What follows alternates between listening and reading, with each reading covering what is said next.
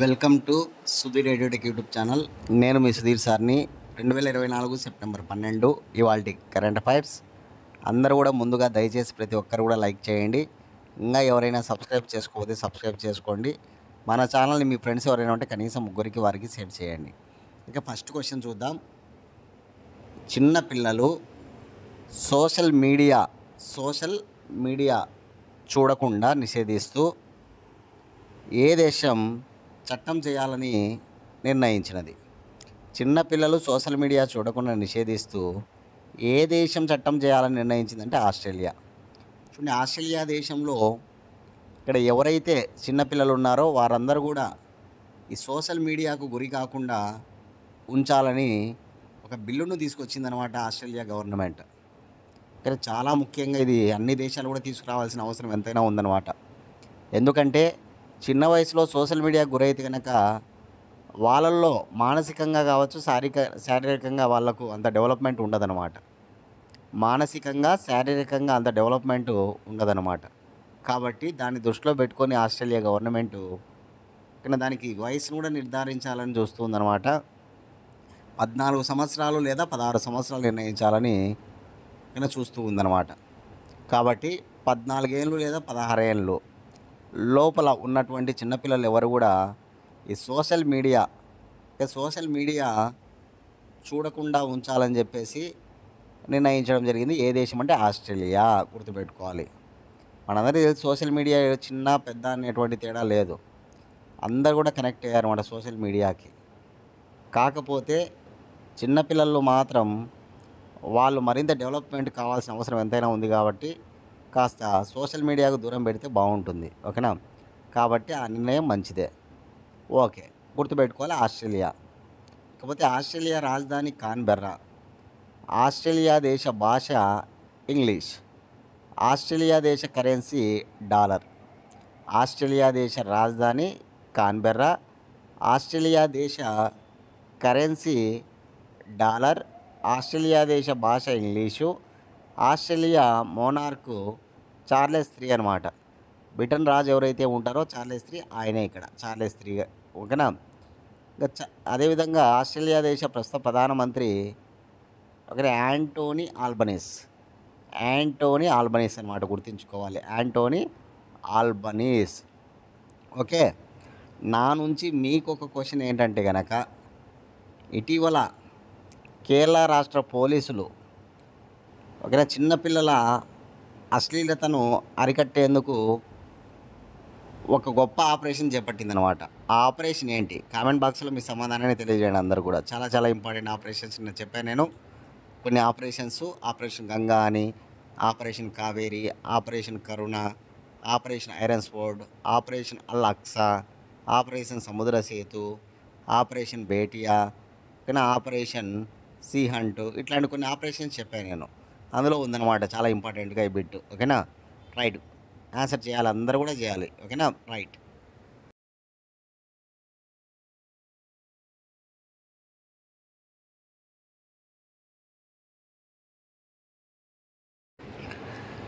Second question, బయోసెక్యూరీ act అనే చట్టానికి ఏ దేశం ఆమోదం తెలిపినది? చూడండి, బయోసెక్యూరీ యాక్ట్ అనే చట్టానికి ఏ దేశం ఆమోదం తెలిపింది అంటే అమెరికా. చాలా ఇంపార్టెంట్ యాక్ట్ అనమాట అమెరికాకు సంబంధించి. అదేవిధంగా ఎంతో ప్రపంచాన్ని కూడా ప్రభావితం చేస్తుంది అనమాట ఈ చట్టం. కాబట్టి గుర్తుంచుకోవాలి. బయో అంటే మందులకు సంబంధించినటువంటి అంశం అనమాట. బయోటెక్నాలజీ కంపెనీలు తయారు చేసేటువంటి మందులు సంబంధించినటువంటి అంశంలో మరింత భద్రత చేపట్టేటువంటి విధానంతో చేసినటువంటి చట్టం అన్నమాట. మరింత భద్రతను చేపట్టాలని చెప్పేసి చేసినటువంటి చట్టం అన్నమాట. అదే బయో సెక్యూర్ యాక్ట్ 2023-2024. ఈ చట్టం చేసిన దేశం వచ్చేసి అమెరికా. ఆల్రెడీ అమెరికాలోని హౌస్ ఆఫ్ రీప్రజెంటేటివ్ అనేటువంటి ఒక హౌస్ ఆమోదిస్తే రెండవ హౌస్ వచ్చేసి సెనేట్ ఆమోదించాల్సి ఉందన్నమాట. దాని తర్వాత ప్రెసిడెంట్ సంతకం చేస్తే కనుక ఈ చట్టం అమలైపోతుందన్నమాట. ఇక్కడ 2 సభలు ఉంటాయి కదా. ఒక సభ ఏంటంటే హౌస్ ఆఫ్ రీప్రజెంటేటివ్స్ అనేటువంటి హౌస్. అది ఆమోదించేసిందనమాట. ఆమోదించాల్సినటువంటి హౌస్ ఏముందంటే సెనేట్ ఉందనమాట. ఈ సెనేట్ ఆమోదిస్తే ఇక ప్రెసిడెంట్ సంతకం పెడితే ఈ చట్టం అమలైపోతుందనమాట. ఈ చట్టం ఉద్దేశ్యం ఏందంటే ముఖ్యంగా అమెరికాలో ఉన్నటువంటి బయోటెక్నాలజీ కంపెనీలు చైనా, రష్యా, ఉత్తర కొరియా, క్యూబా లాంటి దేశాల కంపెనీలతో వీళ్ళు వ్యాపారాలు చేయకూడదనమాట. నిషేధం అనమాట. ఈ మెడిసిన్ ఏదైతే ఉందో ఆ మెడిసిన్కి సంబంధించినటువంటివన్నీ కూడా నిషేధించాలి అనేటువంటిది దీని ఉద్దేశం అనమాట. ఏ దేశాలకి? చైనా, ఉత్తర కొరియా, క్యూబా, ఓకేనా, లాంటి దేశాలన్నీ కూడా నోట్ చేసుకోవాలి. ఇలా అమెరికా నుంచి $200 బిలియన్ ఉందన్నమాట. అమెరికా నుంచి బయోటెక్నాలజీ కంపెనీలకు సంబంధించినటువంటి మెడిసిన్ ప్రపంచవ్యాప్తంగా $200 బిలియన్ బిజినెస్ చేస్తుందన్నమాట. ఇందులో చైనా వాటానే 13% ఉందన్నమాట. మన భారతదేశం అయితే 3% ఉందన్నమాట వాటా. చైనాకు సంబంధించి అయితే కనుక ఏకంగా 13% ఉంది. దాన్ని ఇప్పుడు ఈ చట్టం అమలైతే కనుక ఈ 13% వాటా అనేటువంటిది ఉండదన్నమాట. ఏ దేశాలకు? చైనా, రష్యా, క్యూబా, ఉత్తర కొరియా, ఇరాన్ కూడా నోట్ చేసుకోండి. ఈ దేశాలు అనేటువంటివి చెప్తున్నాయన్నమాట ప్రజెంటు.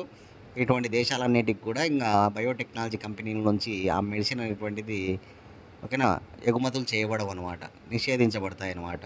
చాలా చాలా ఇంపార్టెంట్. ఈ చట్టం గుర్తుపెట్టుకోవాలి. నా నుంచి మీకు క్వశ్చన్ ఏంటంటే కనుక, ఇటీవల భారతదేశానికి వచ్చేటువంటి హిల్సా చేపలను ఏ దేశం నిషేధం విధించింది? భారతదేశానికి ప్రతి ఏటా దిగుమతి అయ్యేటువంటి హిల్సా చేపలపై నిషేధం విధించిన దేశం ఏది? కామెంట్ బాక్స్లో మీ సమాధానాన్ని తెలియజేయాలి. అందరూ కూడా, ప్రతి ఒక్కరు కూడా లైక్ చేయాలి ఖచ్చితంగా, ఓకేనా? Right. Third question, international monetary fund 2024-2025 ఏడాదికి గాను భారత జీడిపిని ఎంతగా అంచనా వేసినది? చాలా ఇంపార్టెంట్ జీడిపిలు. ఓకే, జీడిపిల అంచనా, మన భారతదేశ జీడిపి అంచనా ఏది ఎంత వేస్తుంది అనేది మనం లిస్ట్ అంతా కూడా సేకరించుకుంటూ ఉండాలన్నమాట. అవన్నీ ఒకే చోట ఉండాలి లిస్టు. ఎక్కడెక్కడంటే అక్కడ ఉంటే కనుక మనకు అవి గుర్తుకే రావు. కాబట్టి ఒక చోట నోట్ చేసుకోవాలి, ఓకేనా? ఇప్పుడు IMF నోట్ చేసుకోండి. ఇంటర్నేషనల్ మానిటరీ ఫండ్ మన భారతదేశ జీడిపిని 2024-2025కు ఎంతగా అంచనా వేసిందంటే కనుక 7% అంచనా వేసింది. 7% అంచనా వేసింది ఈ ఆర్థిక సంవత్సరంలో, ఓకేనా? ఇంపార్టెంట్గా నోట్ చేసుకోవాలి. నా నుంచి మీకు ఒక క్వశ్చన్ ఏంటంటే కనుక, వరల్డ్ బ్యాంక్ ఎంతగా అంచనా వేసింది? వరల్డ్ బ్యాంకు ఎంతగా అంచనా వేసింది? కామెంట్ బాక్స్లో మీ సమాధానాన్ని తెలియజేయడం అందరూ కూడా చాలా చాలా ఇంపార్టెంట్. ఆల్రెడీ నేను చెప్పా కూడా ఈ క్లాస్లో, ఓకేనా? ఇకపోతే IMF, ఇంటర్నేషనల్ మానిటరీ ఫండ్, తెలుగులో అంతర్జాతీయ ద్రవ్యనిధి సంస్థ అంటారు. IMF పూర్తి పేరు ఇంటర్నేషనల్ మానిటరీ ఫండ్ అనమాట. IMF ఏర్పడిన సంవత్సరం 1945. IMF ప్రధాన కార్యాలయం వాషింగ్టన్, అమెరికా. IMFను వరల్డ్ బ్యాంకును రెండింటిని కలిపి బ్రిటన్ వుడ్ ట్విన్స్ అంటారు అనమాట. IMFను వరల్డ్ బ్యాంకును రెండింటిని కలిపి బ్రిటన్ వుడ్ ట్విన్స్ అంటారు. ఇక IMF ప్రజెంట్ డైరెక్టర్, ఒక మేనేజింగ్ డైరెక్టర్ అంట. ఓకేనా? IMFకి ఎవరు ఉంటారంటే MD ఉంటారు అనమాట. ప్రజెంట్ మేనేజింగ్ డైరెక్టర్ అంటే కనుక క్రిస్టాలినా గియార్జివా. అదేవిధంగా IMFకు ప్రజెంట్ డిప్యూటీ మేనేజింగ్ డైరెక్టర్ వచ్చేసి మన భారతీయులు గోపీనాథ్ గారు ఉన్నారన్నమాట. గీతా గోపీనాథ్, గుర్తుపెట్టుకోవాలి. మేనేజింగ్ డైరెక్టర్ ఏమో క్రిస్టాలినా గియార్జివా, డిప్యూటీ మేనేజింగ్ డైరెక్టర్ వచ్చేసి గీతా గోపీనాథ్ అనమాట. ఇది IMF యొక్క విషయాలు, నోట్ చేసుకోవాలి, ఇంపార్టెంట్, ఓకేనా? రైట్.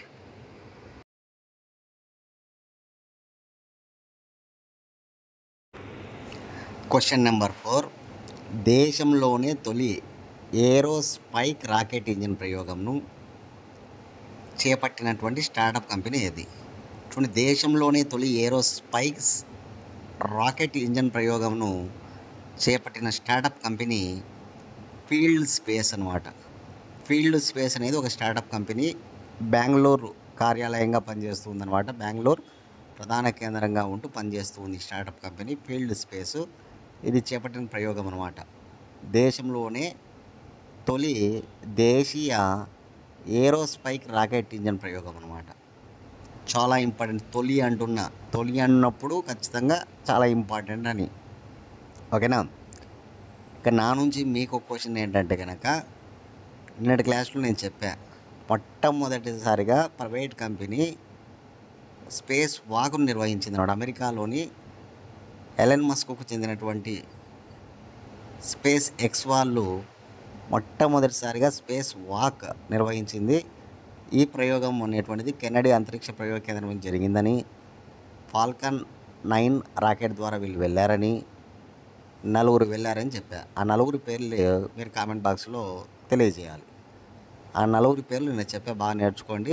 ఓకేనా? ఆ 4 పేర్లు మీరు కామెంట్ బాక్స్లో మీ సమాధానాన్ని తెలియజేయాలన్నమాట. సరే, ఇప్పుడు ఈ ప్రయోగం ఎక్కడి నుంచి జరిపారు అంటే కనుక, కర్ణాటకలోని చిత్రదుర్గలో గల Indian institute of science test facility, propulsion test facility నుంచి ప్రయోగించారనమాట. ఈ ప్రయోగం జరిపింది ఎవరంటే కనుక ఫీల్డ్ స్పేస్ అనేటువంటి స్టార్టప్ కంపెనీ వాళ్ళు ఈ ప్రయోగాన్ని జరిపారు. ఎక్కడి నుంచి జరిపారు? చిత్రదుర్గ నుంచి జరిపారనమాట. చాలా ఇంపార్టెంట్, గుర్తుపెట్టుకోవాలి. దీనికి అత్యంత తక్కువ ఖర్చు కూడా, ఈ ప్రయోగానికి అత్యంత తక్కువ ఖర్చు అయిందంట. ఆ విషయాన్ని కూడా తెలియజేశారనమాట.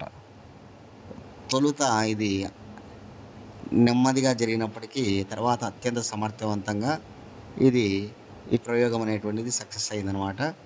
ఆ విషయం కూడా శాస్త్రవేత్తలు వెల్లడించడం జరిగింది. చాలా చాలా ఇంపార్టెంట్, ఈ విషయాన్ని గుర్తుపెట్టుకోవాలి. ఓకేనా? దీనికి సంబంధించి ఇంజన్ టైటానియం గ్రేడ్ 5ను ఉపయోగించారన్నమాట. ఇంజన్ తయారీకి ఏమి ఉపయోగించారంటే టైటానియం గ్రేడ్ 5ను ఉపయోగించడం జరిగిందనమాట. ఓకే, నోట్ చేసుకోవాలి.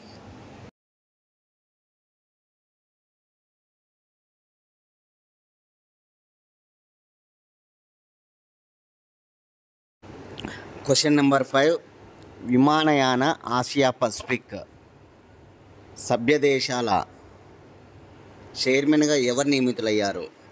విమానయాన పసిఫిక్ సభ్య దేశాల చైర్మన్గా నియమితులైన వారు రామ్మోహన్ నాయుడు అంటే మనందరికీ తెలిసినటువంటి వ్యక్తే. ప్రస్తుతం మన భారతదేశానికి కేంద్ర విమానయాన మంత్రిగా ఉన్నారన్నమాట. కేంద్ర విమానయాన మంత్రి, సెంట్రల్ సివిల్ ఏవియేషన్ మినిస్టర్గా ఉన్నాడనమాట రామ్మోహన్ నాయుడు. తెలుగుదేశం పార్టీకి చెందినటువంటి ఒక యువ నాయకుడు, గొప్ప నేత అనమాట. ఓకేనా? ఈయనకు మంచి పేరు ఉందన్నమాట, వాగ్దాటిగా చక్కగా మాట్లాడతాడనమాట. అందుకే ఈయన పలుమార్లు ఈయనను గెలిపిస్తూ ఉన్నారనమాట. ఓకేనా? ఆయన నియోజకవర్గ ప్రజలు. కాబట్టి రామ్మోహన్ నాయుడు ఈరోజు ఏకంగా గొప్ప సంస్థకు చైర్మన్గా నియమితులయ్యాడనమాట. ఆసియా పసిఫిక్ సభ్య దేశాల చైర్మన్గా నియమితులయ్యాడు. నీవు అపాయింట్మెంట్స్లో నోట్ చేసుకోవాలి, ఖచ్చితంగా ఇంపార్టెంట్ బిట్ అనమాట ఇది. ఆసియా పసిఫిక్ సభ్య దేశాల చైర్మన్గా నియమితులయ్యాడనమాట. ఇటీవల ఈ విమానయానానికి సంబంధించి ఆసియా పసిఫిక్ ఓకేనా మీటింగ్ అనేటువంటిది జరిగిందనమాట. దానిలో భాగంగా వీళ్ళందరూ కలిసి, సభ్య దేశాలన్నీ కలిసి తీసుకున్న నిర్ణయం అనమాట, ఆయన్ను చైర్మన్గా నియమిస్తూ. ఎవరిని? రామ్మోహన్ నాయుడు గారిని. చాలా ఇంపార్టెంట్, గుర్తుపెట్టుకుని న్యూ అపాయింట్మెంట్స్. కానీ మనం న్యూ అపాయింట్మెంట్స్ రోజు చెప్తూనే ఉన్నాం, అన్నీ ఒకచోట నోట్ చేసుకోవాలి, బాగా రివిజన్ చేస్తూ రావాలి, అప్పుడు బాగా గుర్తుంటాయి అన్నమాట ఇవి.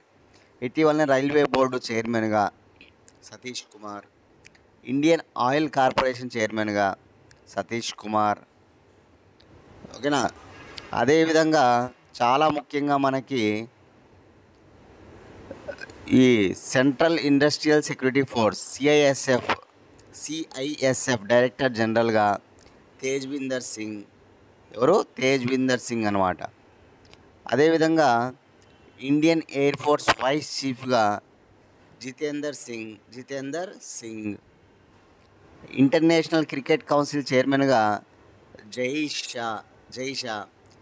రాజస్థాన్ రాయల్స్ నూతన కోచ్గా రాహుల్ ద్రావిడ్. ఢిల్లీ చీఫ్ సెక్రటరీగా ధర్మేంద్ర. అదే ఫ్రాన్స్ నూతన ప్రధానమంత్రిగా బార్నియర్.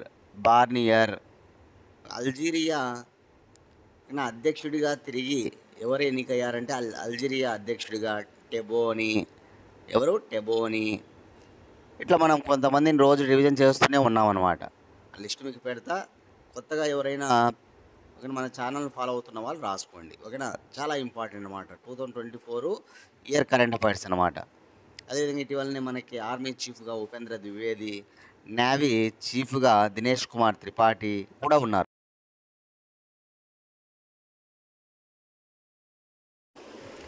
క్వశ్చన్ నెంబర్ 6, వాతావరణ అంచనాల్లో ఖచ్చితత్వంను మెరుగుపరిచేందుకు ఉద్దేశించిన మిషన్ ఏది?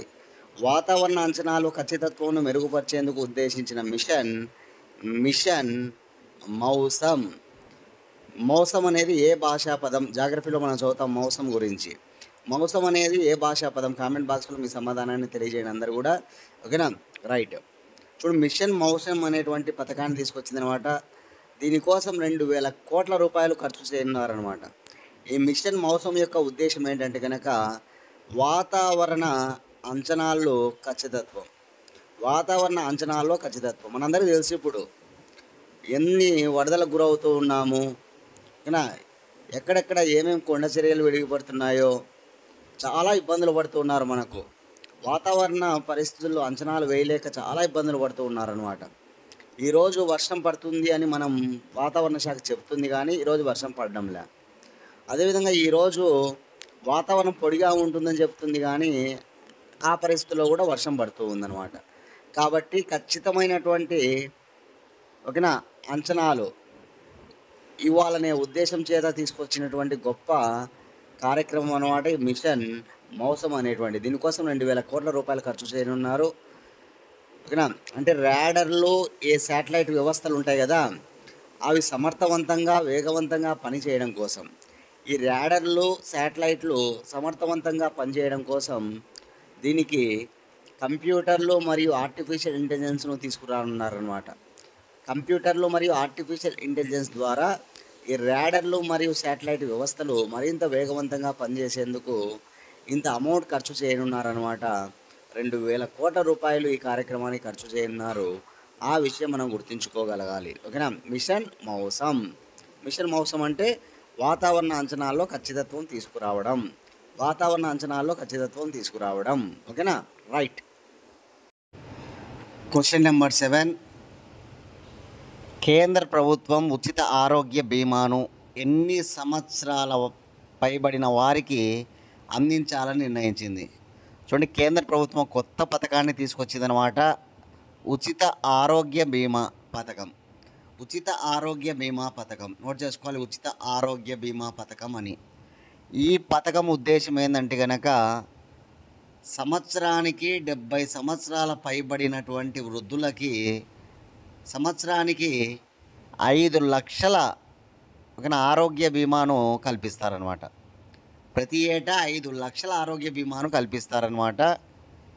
ఓకేనా, ఎన్నేళ్ళ పైబడిన వృద్ధులకు, 70 సంవత్సరాల పైబడిన వృద్ధులకి ఈ పథకం అనేటువంటిది వర్తిస్తుందన్నమాట. చాలా ఇంపార్టెంట్. దీనికోసం కేంద్ర ప్రభుత్వం 3437 కోట్ల రూపాయలు కేటాయించిందనమాట. ఖచ్చితంగా గుర్తుపెట్టుకోవాలి ఈ నెంబర్. 3437 కోట్ల రూపాయలు ప్రకటించిందనమాట కేంద్ర ప్రభుత్వం. నరేంద్ర మోడీ ఈ పథకాన్ని ప్రారంభించాడు. మనందరికీ తెలుసు భారతదేశంలో ఆయుష్మాన్ భారత్ అనేటువంటి పథకం ఎంత గొప్పదో.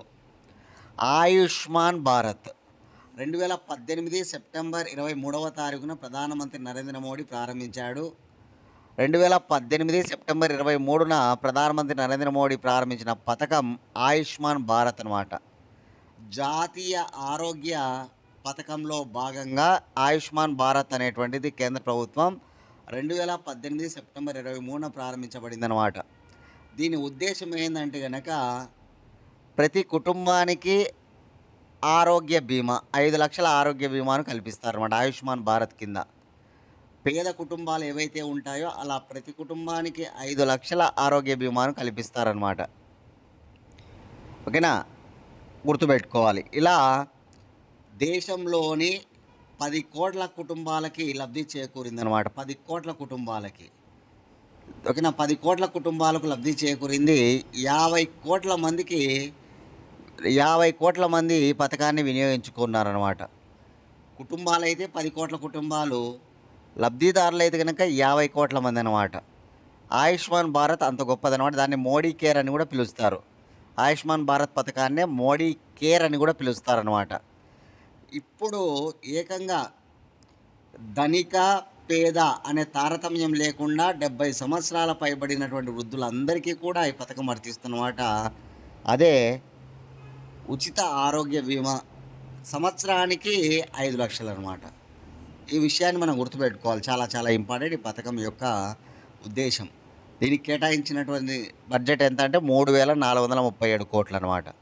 ఓకేనా, రెండు రాసుకోండి. ఆయుష్మాన్ భారత్ అంటే ఏంటి, ఉచిత ఆరోగ్య బీమా పథకం అంటే ఏంది. ఆయుష్మాన్ భారత్ అనేది ప్రపంచంలోనే అతిపెద్ద ఆరోగ్య బీమాగా గుర్తింపు పొందిందనమాట. ప్రపంచంలోనే అతి పెద్ద ఆరోగ్య బీమాగా గుర్తింపు పొందింది ఆయుష్మాన్ భారత్ అనేటువంటిది అనమాట.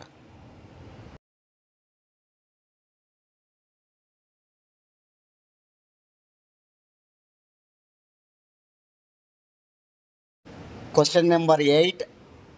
అమెరికాకు చెందినటువంటి ALOPEXS అనే సంస్థ భారత్ బయోటెక్ కలిసి అంటువ్యాధుల అదుపుకు తయారు చేసిన వ్యాక్సిన్ ఏది? చాలా చాలా ఇంపార్టెంట్ అన్నమాట. సైన్స్ అండ్ టెక్నాలజీలో ఇటీవల కొన్ని వ్యాక్సిన్స్ కూడా మనకి వార్తల్లో ఉన్నాయి. అదేవిధంగా ఇప్పుడు మరొక వ్యాక్సిన్ ఇప్పుడు వార్తల్లోకి వస్తూ ఉందన్నమాట. అదే ఓకేనా, AV038 AV038 అనమాట. 4th option. అంటు వ్యాధుల అదుపునకు తయారు చేయబడిన వ్యాక్సిన్ అనమాట. అంటు వ్యాధుల అదుపునకు తయారు చేయబడిన వ్యాక్సిన్ అనమాట. AV038 AV038 గుర్తుపెట్టుకోవాలి, చాలా చాలా ఇంపార్టెంట్. అమెరికాకు చెందినటువంటి ALOPEXS ఇమెయిల్లో చూడొచ్చు ఆ సంస్థ పేరు ALOPEXS అనమాట. ఇది అదేవిధంగా మన భారతదేశానికి సంబంధించినటువంటి గొప్ప సంస్థ, హైదరాబాద్లో ఉన్నటువంటి సంస్థ భారత్ బయోటెక్. ఈ రెండు కలిసి తీసుకొచ్చినటువంటి వ్యాక్సిన్ అనమాట AV038 అని గుర్తుపెట్టుకోవాలి. ఈ భారత్ బయోటెక్ భారతదేశంతో పాటు ఇతర కొన్ని దేశాల్లో ఈ వ్యాక్సిన్ను విక్రయించుకోవచ్చు అనమాట. ఇక AV038 అనేటువంటి వ్యాక్సిన్ను భారత్ బయోటెక్ మన భారతదేశంతో పాటు ఇతర కొన్ని వెనుకబడిన దేశాల్లో ఒక విక్రయించుకోవచ్చు అని చెప్తూ ఉన్నారనమాట. ఈ రెండు సంస్థలు కలిసి సంయుక్తంగా తీసుకొచ్చినటువంటి వ్యాక్సిన్ అనమాట. అమెరికాకు చెందిన సంస్థ, భారతదేశానికి సంబంధించిన సంస్థ. ఏవి రెండు సంస్థలు అనేది నోట్ చేసుకుంటే ALOPEXS మరియు భారత్ బయోటెక్ అనమాట. చాలా చాలా ఇంపార్టెంట్. ఓకేనా, వ్యాక్సిన్స్ అనగానే కరోనా వ్యాధికి గొప్ప వ్యాక్సిన్స్ వచ్చాయన్నమాట. భారత్ బయోటెక్కు తీసుకొచ్చిన వ్యాక్సిన్ కోవాక్సిన్ అని మనం చెప్పుకున్నాం. కోవాక్సిన్ అనేటువంటిది భారత్ బయోటెక్ తయారు చేసిందనమాట. చాలా అద్భుతంగా మనం అందరం కూడా ఉపయోగించుకున్నాం అనమాట కరోనా సీజన్లో ఆ వ్యాక్సిన్ను. అదేవిధంగా కోవిషీల్డ్ అనేటువంటి వ్యాక్సిన్ చాలా గొప్ప వ్యాక్సిన్. అది కూడా కోవిషీల్డ్. దాన్ని సీరం ఇన్స్టిట్యూట్ వాళ్ళు, ఒక పూణేలో ఉంటుందన్నమాట సీరం ఇన్స్టిట్యూట్. పూణేలోని సీరం ఇన్స్టిట్యూట్ వాళ్ళు తయారు చేశారని మనకు తెలుసు కోవిషీల్డ్ను. కాబట్టి కరోనాకు సంబంధించినటువంటి వ్యాక్సిన్లు కోవాక్సిన్, కోవిషీల్డ్. కోవాక్సిన్ వచ్చేసి భారత్ బయోటెక్, కోవిషీల్డ్ వచ్చేసి సీరం ఇన్స్టిట్యూట్ అనమాట, గుర్తుపెట్టుకోవాలి. అదేవిధంగా ఇటీవల మనం చూస్తే క్షయవ్యాధికి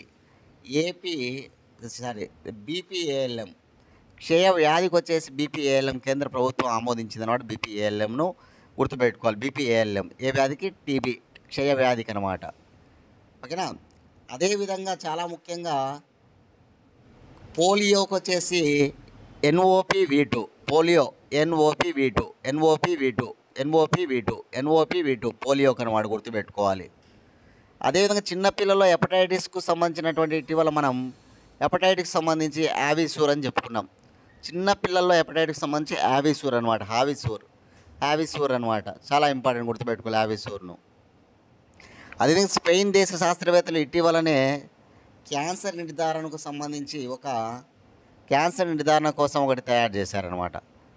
దాని పేరు ఆర్టిఫిషియల్ ఇంటెలిజెన్స్ ఆఫ్ న్యూక్లియస్ అని కూడా మనం చెప్పుకున్నాం. Artificial intelligence of nucleus. ఓకేనా, క్యాన్సర్ నిర్ధారణకు అనమాట. క్యాన్సర్ నిర్ధారణకు స్పెయిన్ దేశ శాస్త్రవేత్తలు తీసుకొచ్చినటువంటిది ఆర్టిఫిషియల్ ఇంటెలిజెన్స్ ఆఫ్ న్యూక్లియస్ అనమాట. ఇవన్నీ కూడా చాలా ఇంపార్టెంట్ కరెంట్ అఫైర్స్లో. ఓకేనా, ఈ ఏడాది మనం చెప్పుకున్నటువంటి అత్యంత ముఖ్యమైన అంశాలు అనమాట. అన్నీ నోట్ చేసుకోవాల్సిందే, చదవాల్సిందే. చాలా చాలా ఇంపార్టెంట్ అనమాట సైన్స్ అండ్ టెక్నాలజీలో. ఓకేనా, రైట్.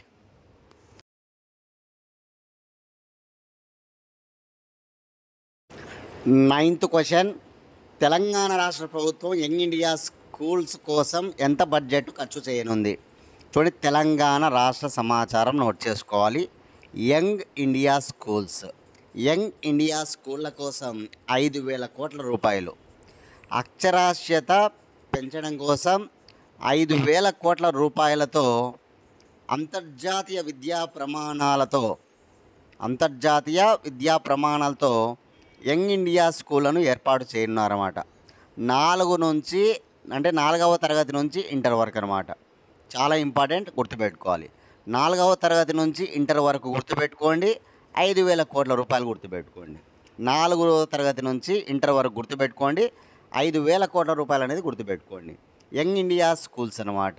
అంతర్జాతీయ విద్యా ప్రమాణాలు కల్పించడం కోసం, అక్షరాస్యత పెంచడం కోసం తీసుకున్నటువంటి నిర్ణయం తెలంగాణ సర్కార్ అనమాట. అదేవిధంగా టాటా వారి సహకారంతో 65 ఐటీఐలను కూడా అభివృద్ధి చేయనున్నట్లు చెప్పడం జరిగిందనమాట. ఎవరి సహకారంతో? టాటా వారి సహకారంతో ఓకేనా, తెలంగాణలో 65 ఐటీఐలను కూడా డెవలప్మెంట్ చేయనున్నట్టు చెప్పడం జరిగిందనమాట. గుర్తుపెట్టుకోవాలి.